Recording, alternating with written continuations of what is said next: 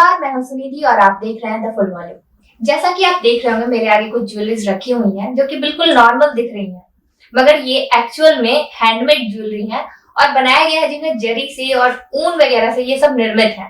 तो आज हम मिलेंगे इनके निर्माता से जो कि है विभा श्रीवास्तव मैम। इनसे हम जानेंगे इस आर्ट के बारे में जो इस विलुप्त होती कला को वापस से हमारे सामने लेकर आई है। नमस्कार मैम, स्वागत है आपका। नमस्कार मैम, सबसे पहले तो हम इस ज्वेलरी के बारे में जानेंगे ही, मगर उससे पहले आप कुछ अपने बारे में बता दें। मेरा नाम विभा श्रीवास्तव है।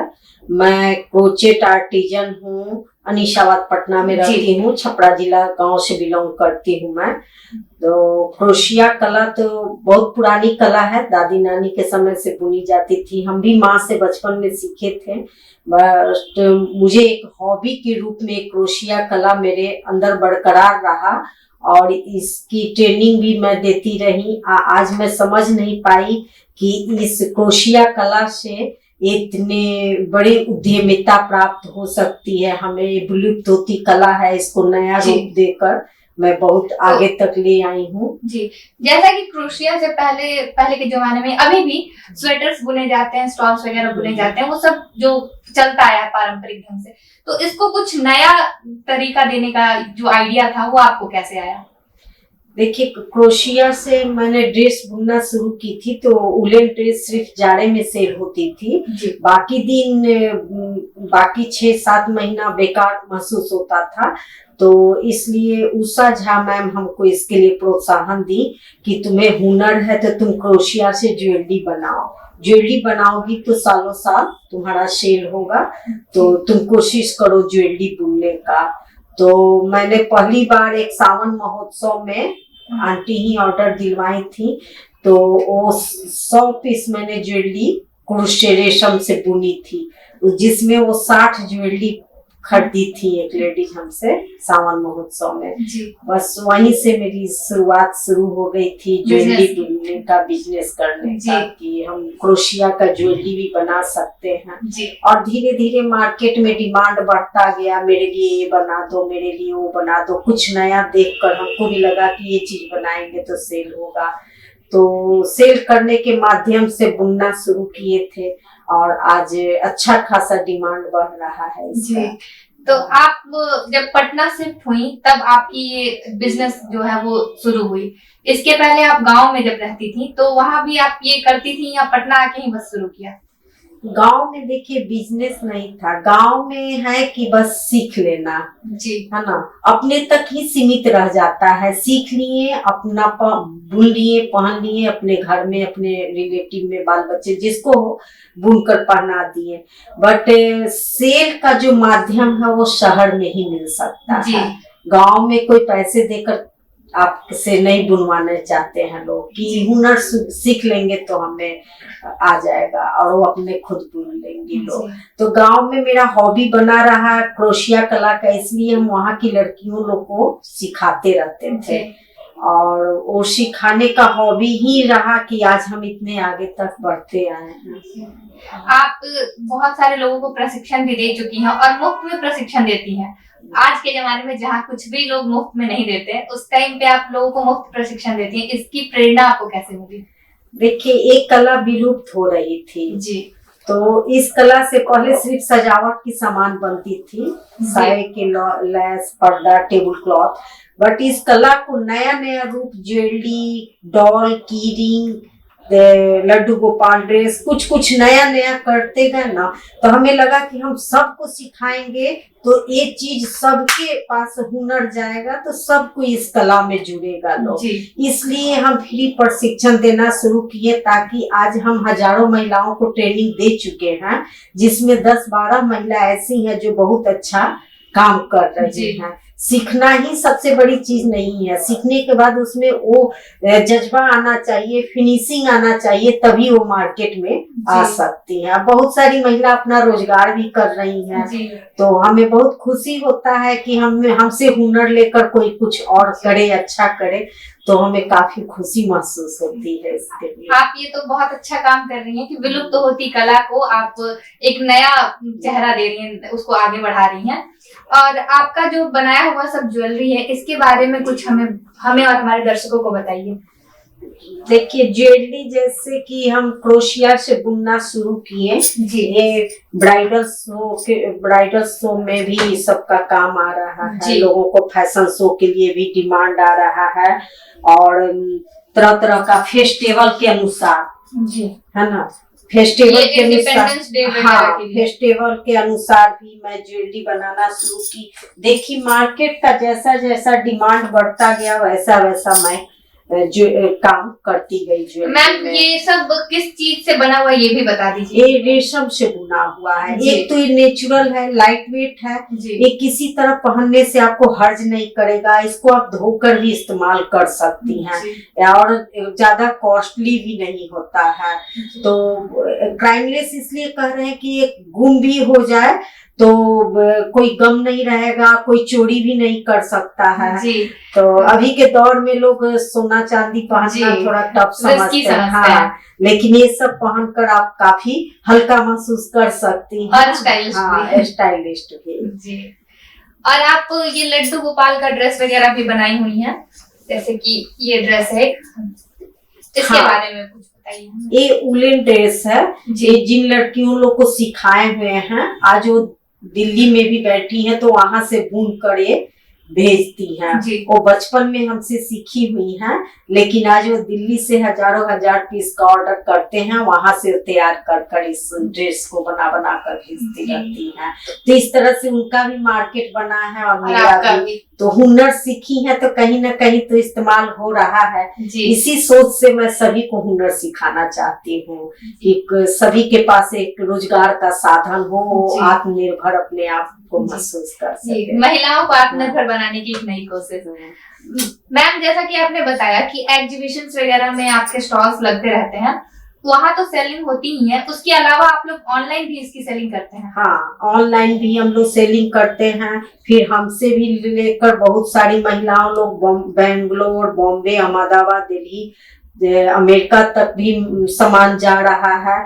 तो वो लोग हमसे बल्क में लेती हैं, कोरियर के सहारे मैं भेजती हूँ और वो लोग अच्छे खासे ऑर्डर भी कर रही हैं, सेल हो रहा है तभी तो। जी। तो आपके पास वो लोग ऑनलाइन बुकिंग करती कैसे हैं? आपने कोई वेबसाइट बना रखी है या व्हाट्सएप नंबर, किस तरह से? मेरा जैसे व्हाट्सएप नंबर तो है ही और मेरा अपना हस्तसृजन एक पेज भी बनाए हैं, लेकिन अभी एक्टिवेट नहीं किए हैं।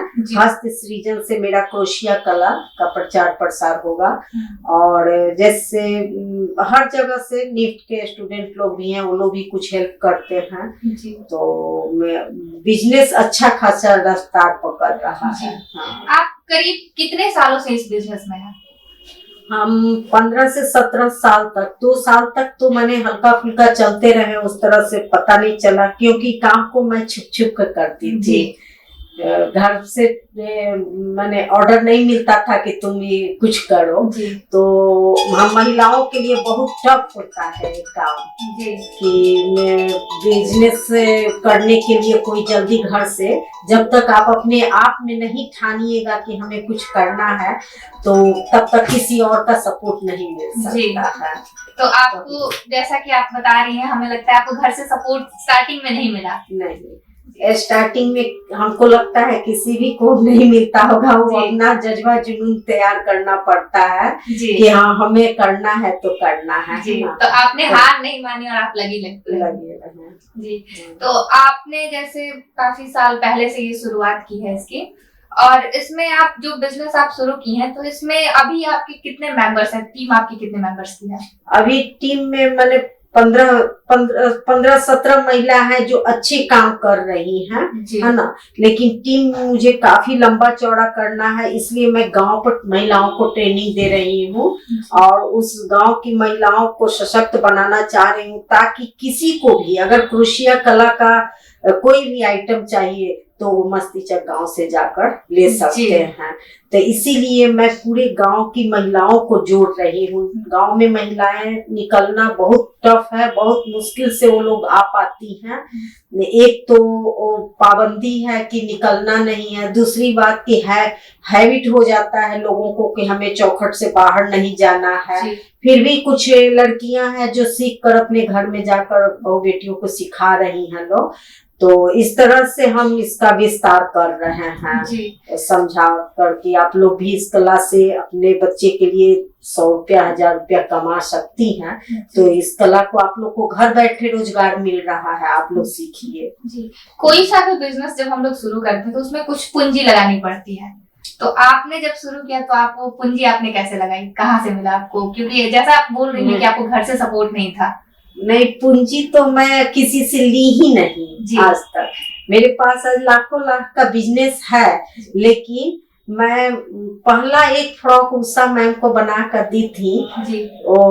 उस समय वो आंटी हमको 250 रुपया दी थी, और वही हाँ आज वही पूंजी में है मेरे लिए, और 250 रुपये से मैं आज इतना बड़ा बिजनेस कर रही हूँ।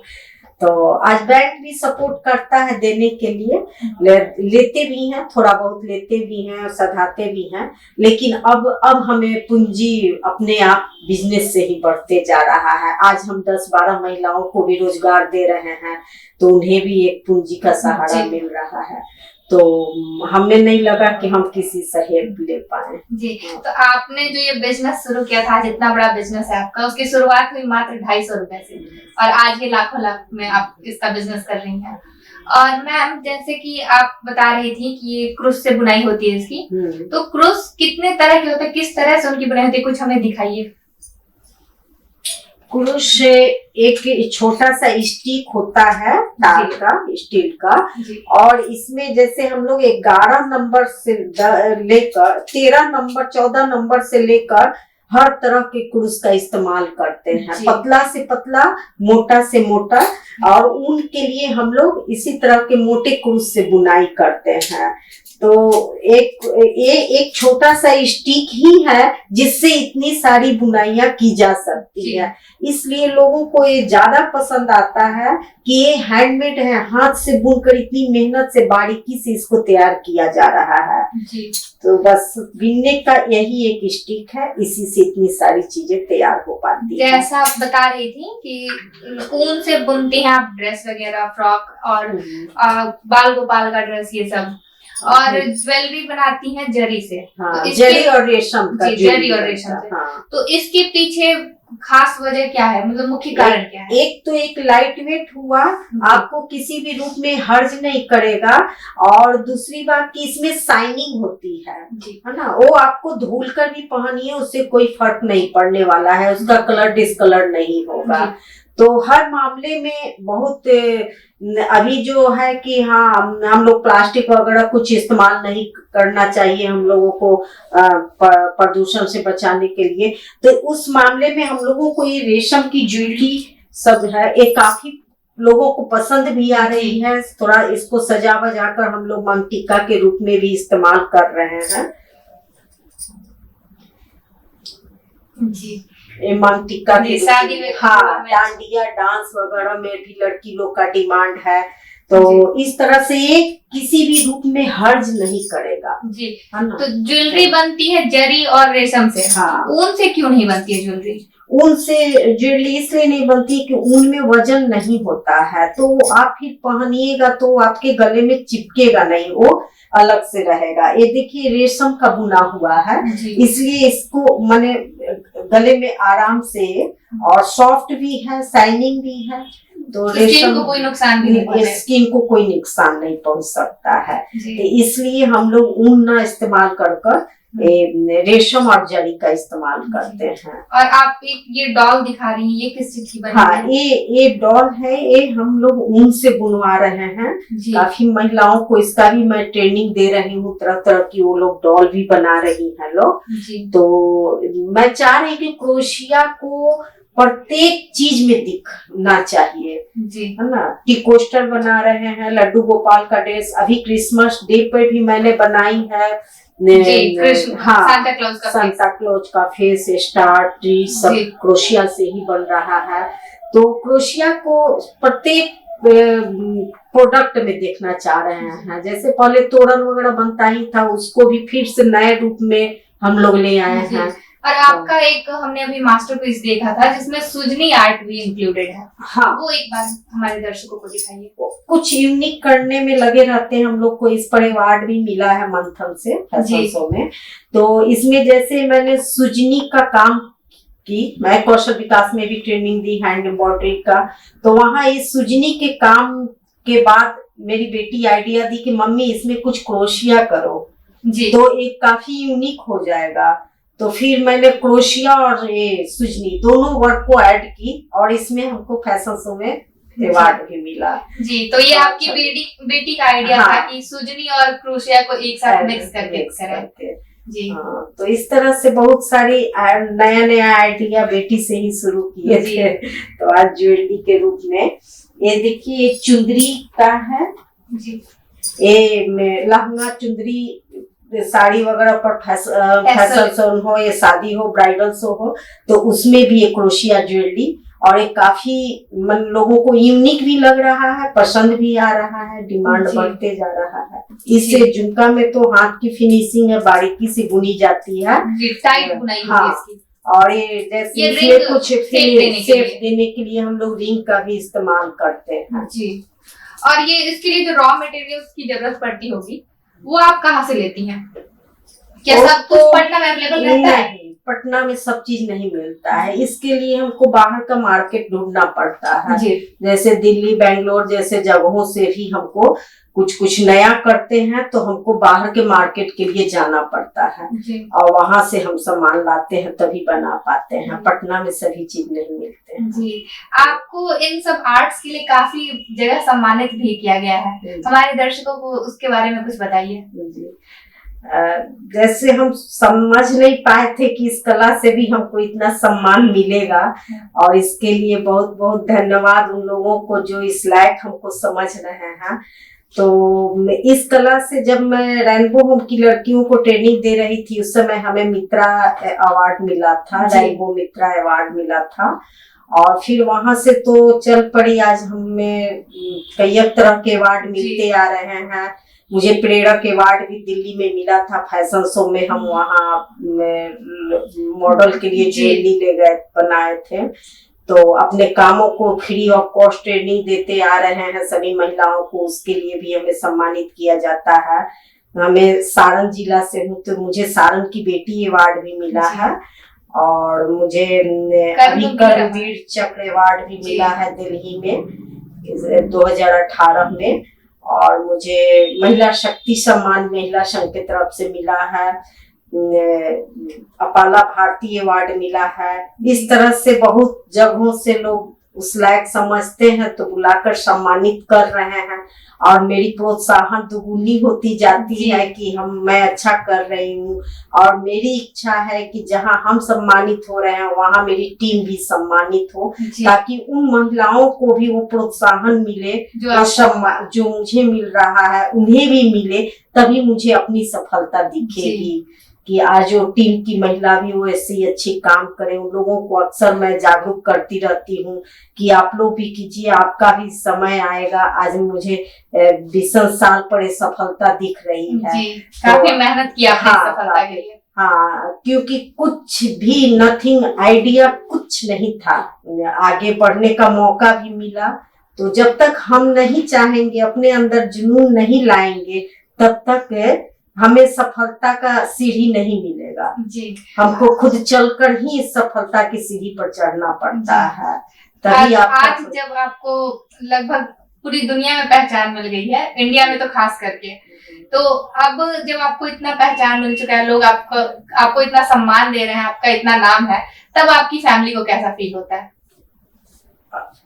बताए तो कि पहले कोई किसी का साथ नहीं मिलता है, पहले अपने ही चलना पड़ता है। अब फैमिली वालों का पूरा सपोर्ट मिलता है। बेटा बेटी का तो साथ शुरू से था कि मम्मी कर रही है, अच्छी कर रही है, करो। भाई लोगों का भी साथ रहा।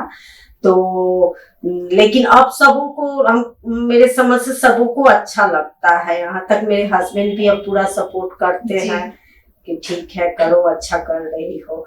तो अब बहुत अच्छा लगता है जब सबों का साथ मिलता है तब। तो हम महिलाओं को निराश नहीं होना चाहिए कि कोई साथ नहीं दे रहा है। पहले अपने अंदर, हाँ, पहले अपने अंदर का तो जुनून जगाइए, उसके बाद तो किसी का सपोर्ट दिखेगा आपको। इसलिए निराश हताश नहीं होना चाहिए। अपने कामों को अपने लगन से, रुचि से करते रहना चाहिए। तुरंत सफलता हासिल नहीं होता है, इसके लिए हमें काफी संघर्ष करना पड़ता है। तो अपने काम को आप करते रहिए, सफलता अपने आप कदम चुनेगी। मैम, जो लोग आपसे अगर ट्रेनिंग लेना चाहते हैं तो वो आपको कैसे संपर्क कर सकते हैं? हाँ, वो लोग मेरे व्हाट्सएप पर भी भेजते हैं मैसेज, कॉल करते हैं। मेरा एक नंबर है, हम नंबर बता सकते हैं उसके लिए, तो आप उस पर कॉल करके आप हमसे संपर्क कीजिए। मुझे जब जैसा समय मिलता है मैं उसके मुताबिक ट्रेनिंग देती हूँ। पटना में भी देती हूँ और अपने गांव पे भी देती हूँ। तो ऐसे निफ्ट जैसे वर्कशॉप भी मिलता है तो वहां भी देती, स्कूल में वगैरह में भी देती आ रही हूँ। मैंने जब जैसा मौका मिला वैसा मैं ट्रेनिंग देती रहती हूँ। अभी भी बाहर से भी बहुत सारी महिला आकर सीखने के लिए तैयार भी हैं, सीख भी रही हैं लोग। तो मेरा नंबर हुआ 9304060401। जी मैम, और जो बाकी जो लड़कियां आपको देख रही हैं उनके लिए आप क्या संदेश देना चाहेंगी? देखिए, अभी तो हमारे प्रधानमंत्री भी बता ही रहे हैं कि आत्मनिर्भर भारत बनाना है, तो हमें अपने अंदर के हुनर को जगाना ही जगाना है। हुनर जगेगा तभी हम आगे कुछ कर पाएंगे। हमारी पढ़ाई तो मैट्रिक तक ही रह गई थी, मैं पढ़ाई नहीं कर पाई थी। मुझे लगता था मैं किसी लायक नहीं हूँ। मेरे पास एक सर्टिफिकेट तक नहीं थी कि मैं किसी को दिखाकर अपना रिज्यूम बताऊं कि मैं एक जानती हूँ। मुंह से कहने से तो कोई मानता नहीं है। तो मैं काम करना शुरू की तो आज मुझे इतने सारे सर्टिफिकेट, इतने सारे अवार्ड मिल चुके हैं कि मुझे रिज्यूम देने का जरूरत नहीं पड़ता है। आज आपका काम ही आपकी पहचान है। काम ही मेरी पहचान है। तो कोई भी लड़की, महिला, कोई भी यदि अपने अंदर के हुनर को जगाएंगी तो उन्हें राह बखूबी अपने आप मिलता जाएगा। जिस हुनर से हो, हम चाहते हैं जिस हार नहीं माननी है, अपना काम करते रहिए, सफलता तो मिलेगा ही मिलेगा। हमें अपना समय देने के लिए आपका बहुत धन्यवाद। आप यहाँ आई, हमें बहुत अच्छा लगा। Thank you. हमें भी बहुत अच्छा लगा। बहुत दिनों से आप लोगों ने मुझे बुलाए थे लेकिन मैं टाइम के अभाव में नहीं आ पा रही थी। तो आज मुझे यहाँ आकर बहुत अच्छा लगा कि मोगली प्लेकर इतने बड़े प्लेटफॉर्म पर आज मुझे बुलाया गया, इसके लिए धन्यवाद। ऐसे ही अन्य खबरों के लिए जुड़े रहिए हमारे साथ। धन्यवाद।